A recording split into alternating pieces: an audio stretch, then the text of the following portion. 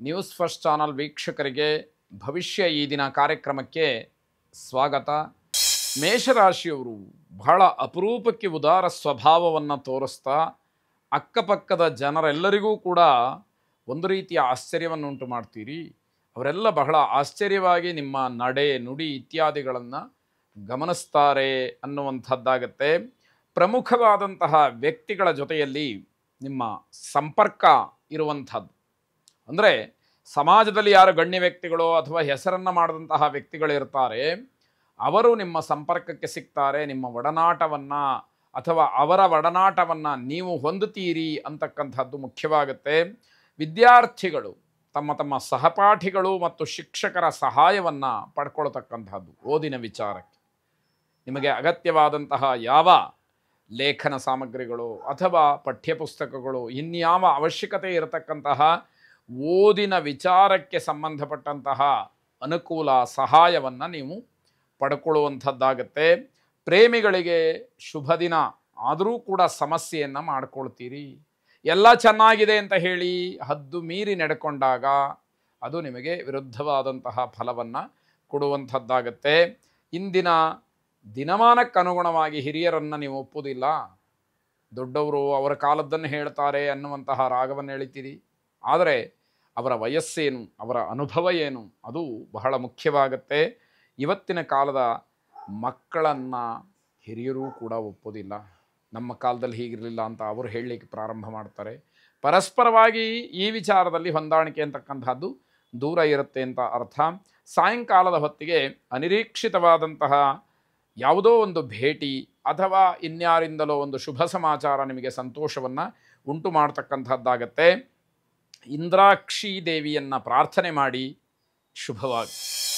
ವೃಷಭ ರಾಶಿ, ಕುಟುಂಬದ ಸದಸ್ಯರೆಲ್ಲ ನಿಮ್ಮ ಮಾತನ್ನು ಕೇಳುವಂಥದ್ದು. ನೀವೇನಾದರೂ ಒಂದು ಹೇಳಿಬಿಟ್ರೆ ಅದಕ್ಕೆ ಎಲ್ಲರೂ ಕೂಡ ಅಸ್ತು ಆಗಲಿ ಅಂತ ಹೇಳುವಂಥದ್ದು ಈ ದಿವಸ ನಡೆಯುತ್ತೆ. ನೀವು ಆಡಿದಂತಹ ಮಾತುಗಳು ಹಲವಾರು ಜನಕ್ಕೆ ಮಾರ್ಗದರ್ಶನವಾಗುತ್ತೆ.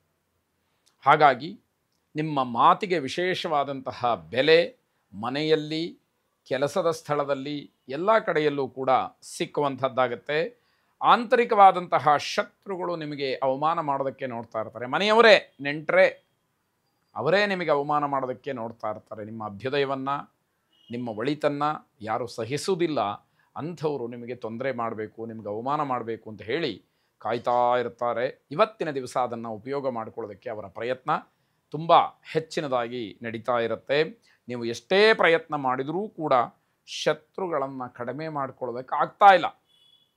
ದಿನೇ ದಿನೇ ನಿಮ್ಮ ಶತ್ರುಗಳು ಅಭಿವೃದ್ಧಿ ಆಗ್ತಾ ಇದ್ದಾರೆ, ಅಂದರೆ ಶತ್ರುತ್ವ ಹೆಚ್ಚಾಗ್ತಾ ಇದೆ.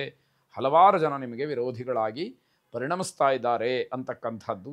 ತುಂಬ ಕೋಪ, ತಾಳ್ಮೆಯನ್ನು ಕಳ್ಕೊಳ್ತಕ್ಕಂತಹ ಪ್ರಸಂಗ ಬರುತ್ತೆ. ಜಾಗ್ರತೆಯನ್ನು ವಹಿಸಿ. ನೀವು ಯಾವುದಕ್ಕೂ ಕೂಡ ರಾಜಿ ಮಾಡಿಕೊಳ್ತಕ್ಕಂತಹ ಮನಸ್ಥಿತಿಯಲ್ಲಿ ಇರುವುದಿಲ್ಲ. ಅದು ಎಲ್ಲ ಸಂದರ್ಭದಲ್ಲೂ ಒಳ್ಳೆಯದಲ್ಲ ಅನ್ನುವಂಥದ್ದು ಕಿವಿಮಾತು. ಮಕ್ಕಳ ಬಗ್ಗೆ ತುಂಬ ಎಚ್ಚರಿಕೆಯನ್ನು ವಹಿಸಿ ಮಕ್ಕಳಿಗೆ ಯಾವುದೇ ರೀತಿಯ ತೊಂದರೆಗಳಾಗದೇ ಇರೋ ಹಾಗೆ ಗಮನಿಸ್ಕೊಳ್ಬೇಕು. ಶ್ರೀರಾಮ ಪರಿವಾರ ದೇವತೆಗಳನ್ನು ಪ್ರಾರ್ಥನೆ ಮಾಡಿ. ಸೀತಾ, ಲಕ್ಷ್ಮಣ, ಭರತ, ಶತ್ರುಘ್ನ, ಹನುಮಂತ ಸಮೇತನಾದಂತಹ ರಾಮನನ್ನು ಪ್ರಾರ್ಥನೆ ಮಾಡಿ ಶುಭವಾಗಿ.